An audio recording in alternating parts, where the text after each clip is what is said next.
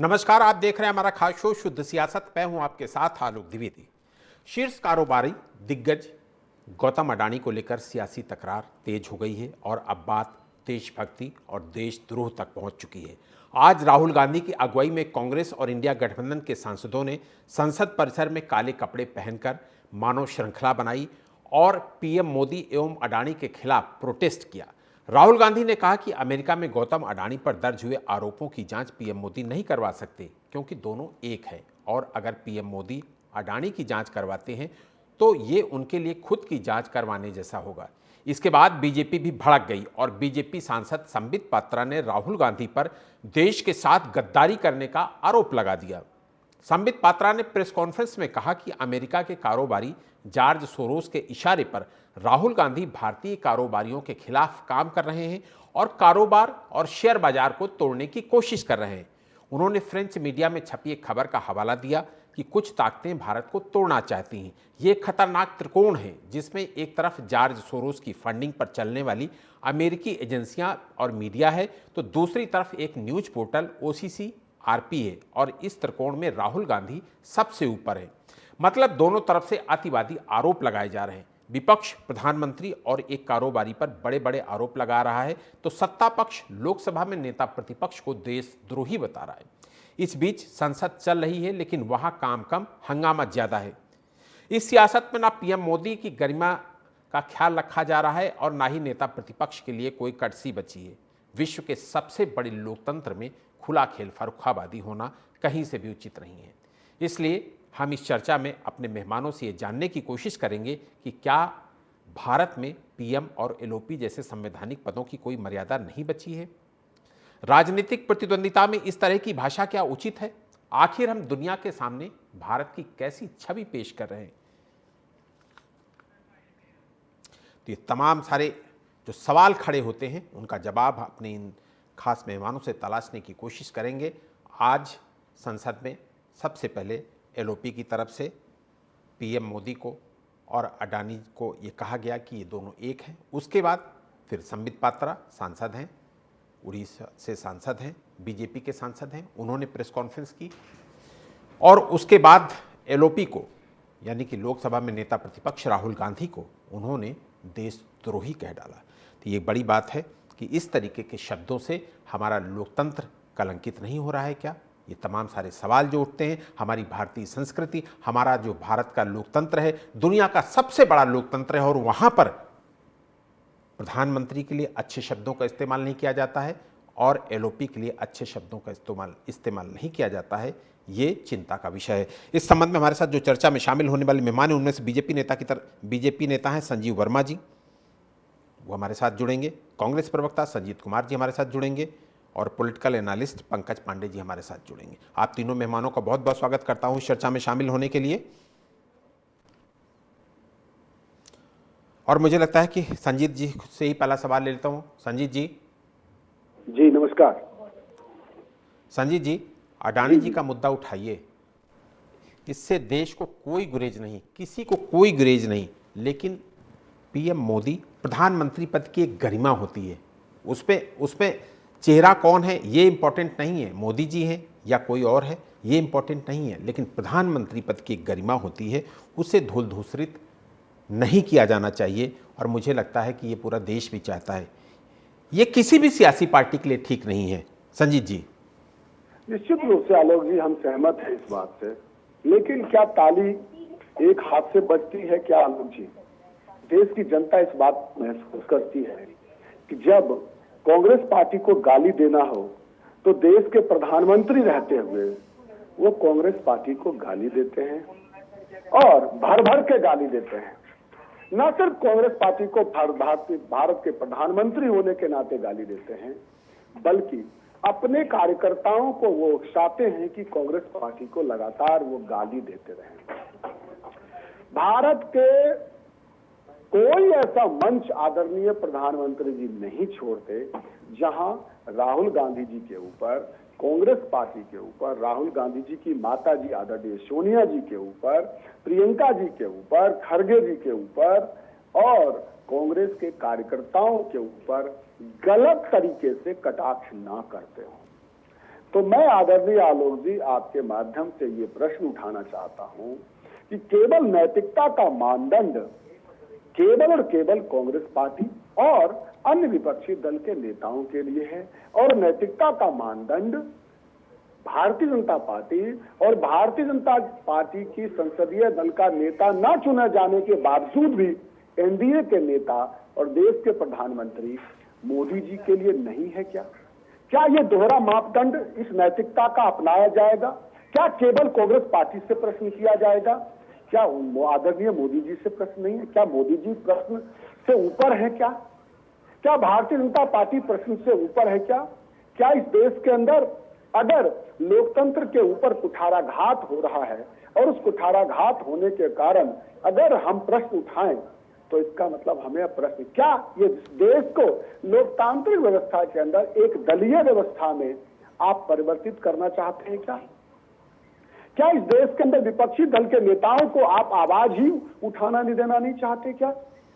तो इस देश के अंदर आम भावना ये पनप रही है कि भारतीय जनता पार्टी एक दलीय व्यवस्था के लिए अपने देश की लोकतांत्रिक व्यवस्था को समाप्त करके वह आगे बढ़ना चाहती है। जी ठीक है। अब मैं ये कहना चाहता हूं कि आप देश की संसद के अंदर भारत के प्रधानमंत्री थे, वो प्रधानमंत्री थे, उन्होंने कहा अब की बार 400 पार, और न सिर्फ उन्होंने नारा लगाया बल्कि अपने मित्रों को, अन्य सांसदों को आमंत्रित किया कि आप भी बोलिए इस बात को। तो इसीलिए आलोक जी प्रश्न केवल और केवल कांग्रेस पार्टी, ठीक है आज भारतीय जनतांत्रिक व्यवस्था के अंदर एक फैशन सा बन गया है कि आप विपक्ष के ऊपर ओनर शिफ्ट कर दीजिए। जी लेकिन क्या सत्ता में बैठे हुए लोग उनके ऊपर ओनर शिफ्ट क्यों नहीं किया जाना चाहिए? ठीक है उनके प्रश्न क्यों नहीं किया जाना चाहिए? ठीक, आपके पास आऊंगा। ठीक है संजीव वर्मा जी, कांग्रेस, संजीव जी की बात तो सुन ही रहे हैं, कांग्रेस का बार बार यही कहना है कि किसी और के ऊपर आरोप लगते हैं तो देश भर की सारी जांच एजेंसियां, ईडी, सीबीआई, इनकम टैक्स, सब उसके पीछे लगा दी जाती हैं। लेकिन अडानी जी के ऊपर बार बार इस तरीके के सवाल खड़े होते हैं, लेकिन उन पर कोई भी इस तरीके की एजेंसियां कारगर नहीं होती हैं। संजीव जी। आलोक जी देखिए, यहाँ पर जिस प्रकार से कांग्रेस पार्टी और विशेष तौर से कांग्रेस पार्टी के बड़े नेता श्री राहुल गांधी जी के द्वारा जो अडानी का एक मुद्दा लेकर आया गया, एक तरह से सेल्फ गोल करने का काम राहुल गांधी जी के द्वारा किया गया, क्योंकि जिस प्रकार के आरोप वो लगा रहे थे और जिस तरह की उन्होंने कहा कि इस प्रकार की पेशकश हुई, तो वो पेशकश वाले जो भी राज्य थे वो उन तमाम राज्यों में कांग्रेस पार्टी की सरकारें थी और इंडिया गठबंधन की सरकारें थी। भारतीय जनता पार्टी शासित ऐसा कोई भी राज्य नहीं था। और बात रही जो अडानी का मुद्दा लेकर राहुल गांधी जी के द्वारा पिछले 7 दिनों से लगातार संसद के अंदर जो गतिरोध पैदा किया गया और उससे आजिज होकर जो तमाम इंडी गठबंधन के अंदर भी एक बहुत जबरदस्त बगावत और विद्रोह की जो इस समय ज्वाला फूट रही है, उसमें 2 पुरानी फिल्मों के 2 गाने हैं, वो बहुत ही ज्यादा चरितार्थ होते हैं। जैसा एक था बिछड़े सभी बारी बारी, चाहे ममता हो, अखिलेश हो या अगला नंबर किसका होगा मैं बोल नहीं सकता। और हम राहुल गांधी जी का तो ये आलम हो गया है कि एक वो दूसरा गीत था कि हमको भी साथ ले ले, हम रह गए अकेले।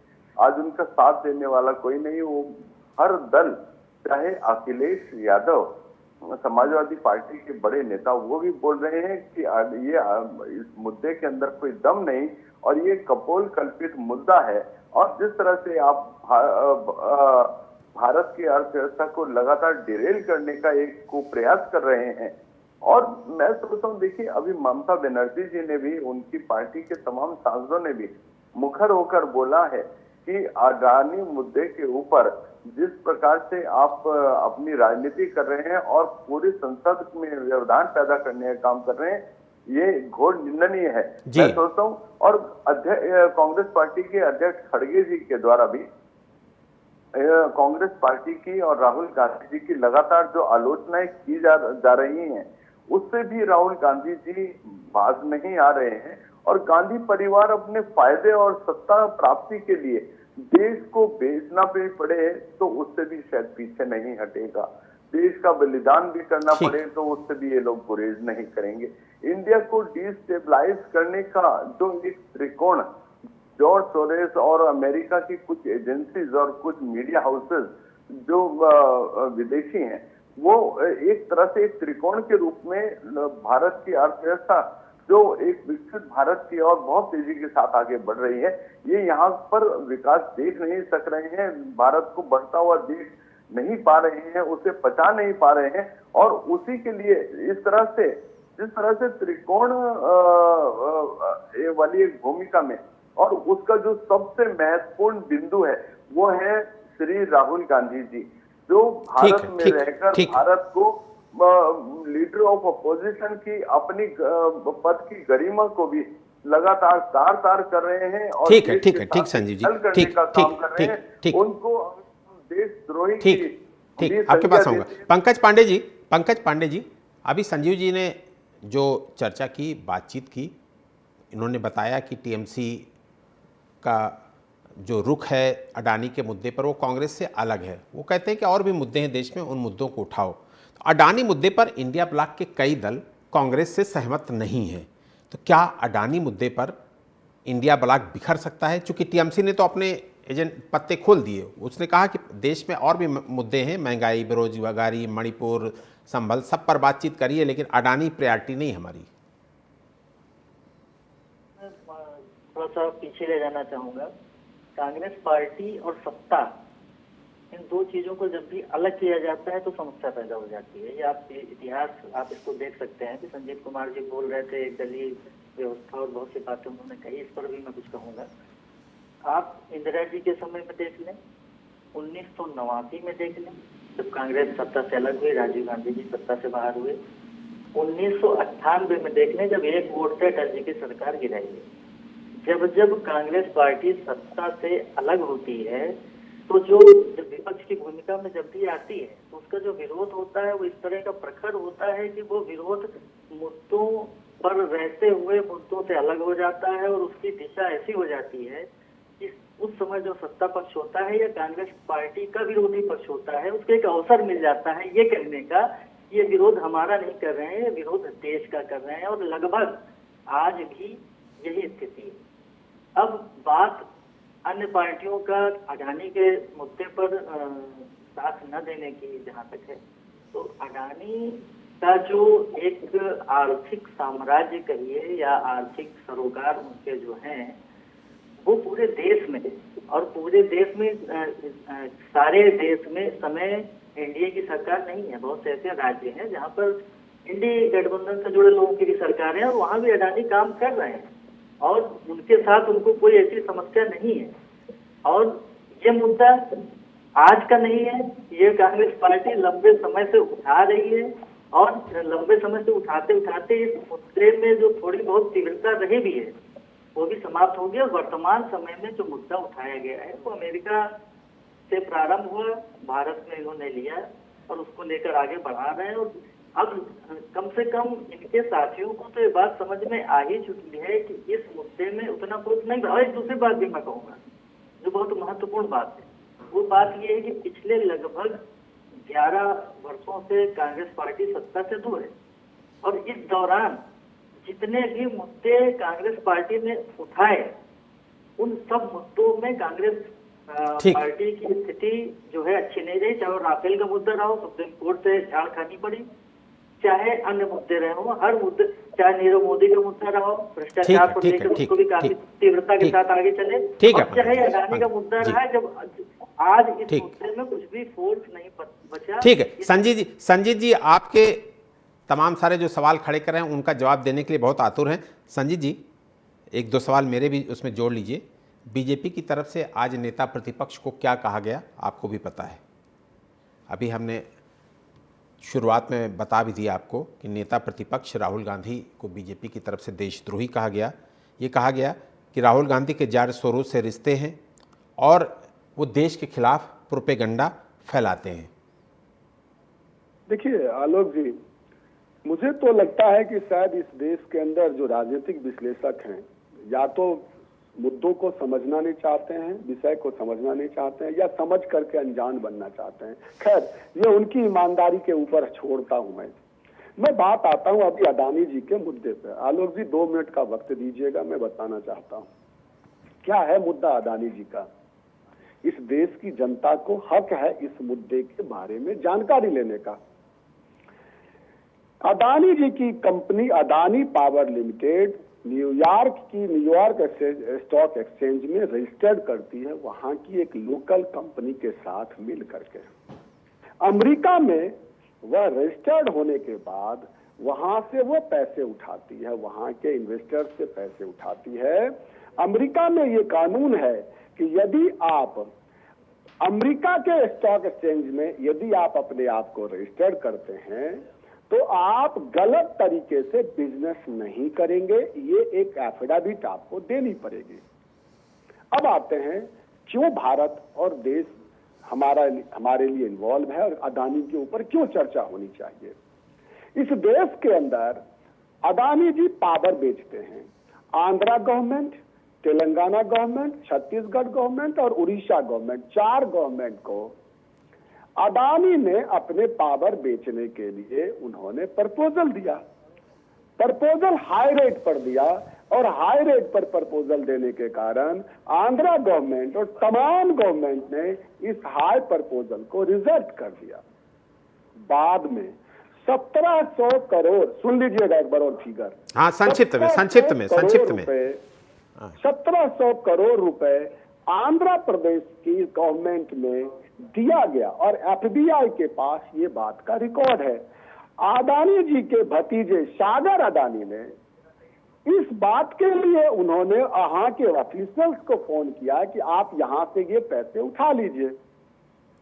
तो ठीक है संजीव जी, थोड़ा संक्षिप्त में हाँ, मैं संक्षिप्त कर रहा हूं। हाँ। तो इस देश के अंदर आप बिजनेस लेने के लिए आपने अपने पद का गलत दुरुपयोग किया, आपने इन्फ्लुएंस किया यहाँ की बिजनेस और व्यवस्था और अर्थव्यवस्था को, और महंगे तरीके से पावर खरीदा गया।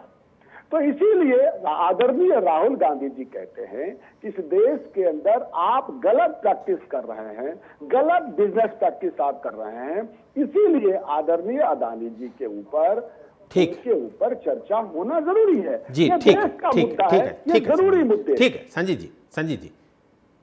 संजीव जी से भी बात करना है।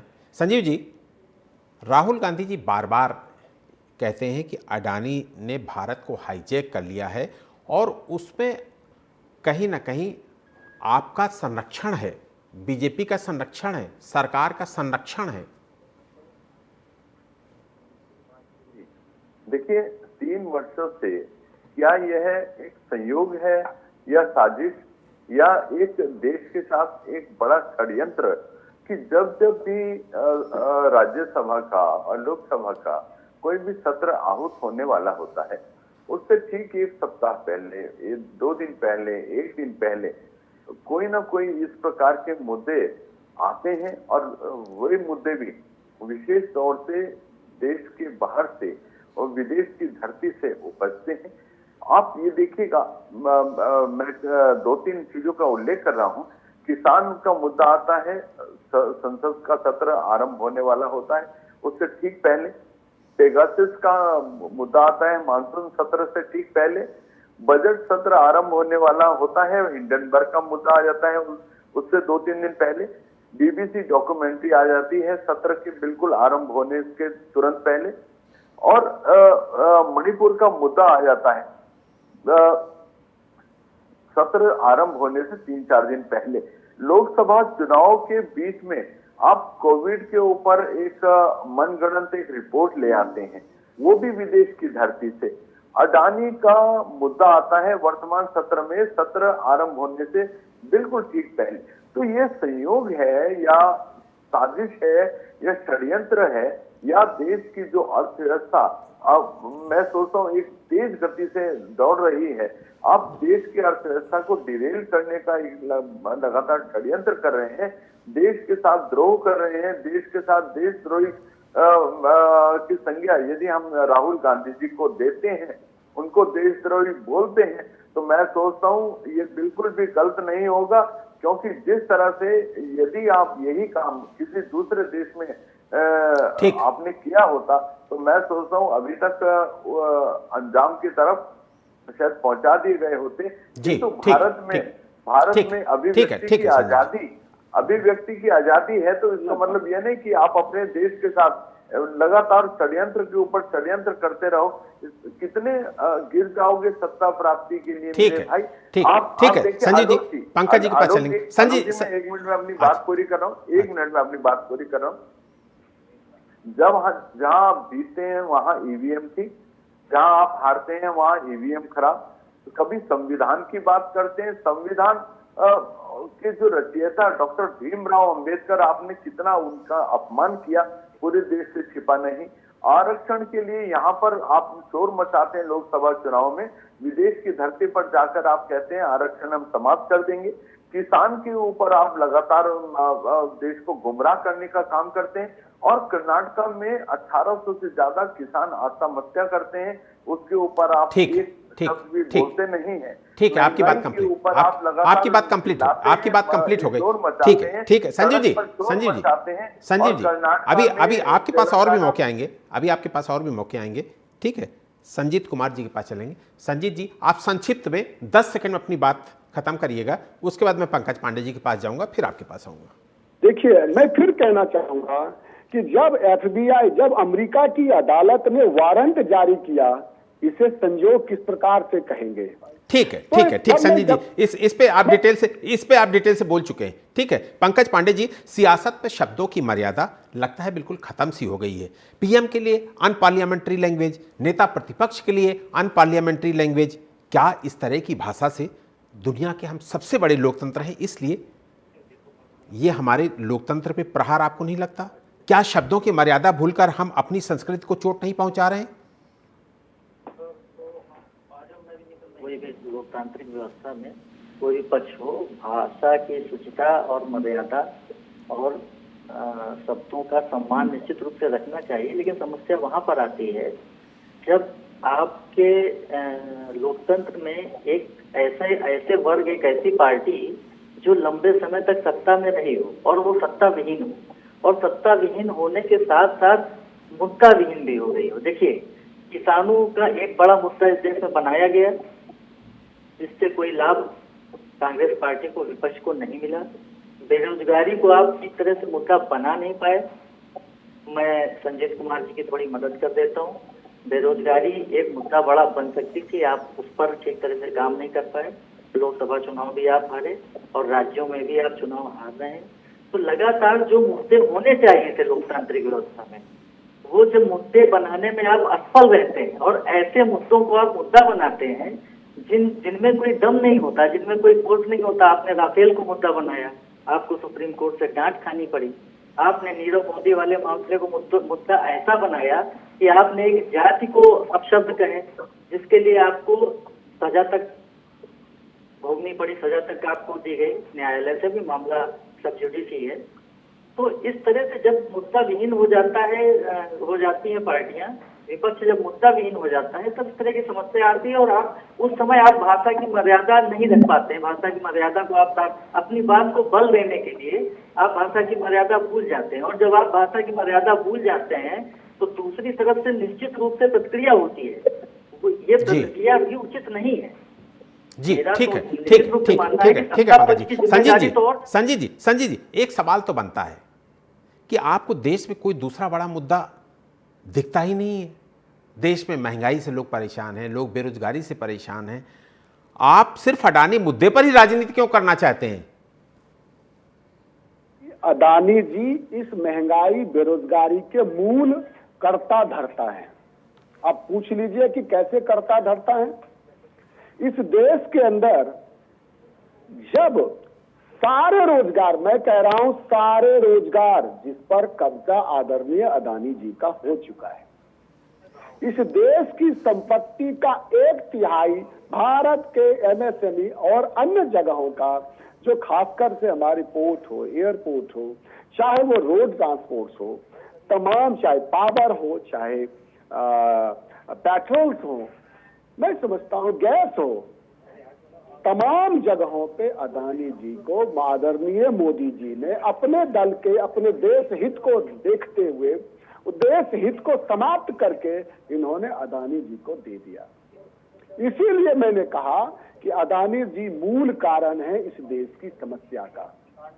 अब मैं ये कहना संक्षिप्त चाहता हूं, में संजीव जी, संक्षिप्त में अभी संजीव वर्मा जी कह रहे थे कि बेरोजगारी, मैं ये कहना चाहता हूं जो देश आज 111वें नंबर पे हो हंगर इंडेक्स के अंदर और कहते हो कि हम आर्थिक रूप से ताकतवर बन गए हैं, तो जब आप एक तरफ हमारे लोग, हमारी जनता भूखी हो, कुपोषण का शिकार हो, और दूसरी तरफ आप जब कहते हैं कि आर्थिक रूप से हम ताकतवर हैं, तो दोनों अपने आप में विरोधाभासी हैं।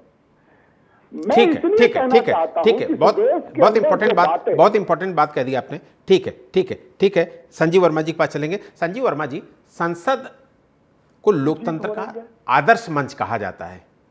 चूंकि आपकी पार्टी केंद्र की सत्ता में है, इसलिए आपकी भी ज़्यादा जिम्मेदारी बनती है कि चीज़ें सब ठीक रहें, मर्यादा में रहें, असंसदीय भाषा का प्रयोग ना हो। और हम देखते हैं कि हम लोग अपोजिशन को तो दोषी बनाते हैं, हमारी बीजेपी की तरफ से अपोजिशन को तो दोषी बनाया जाता है, लेकिन खुद के गिरेबान में झांक कर नहीं देखते कि हम क्या क्या शब्दों का इस्तेमाल करते हैं।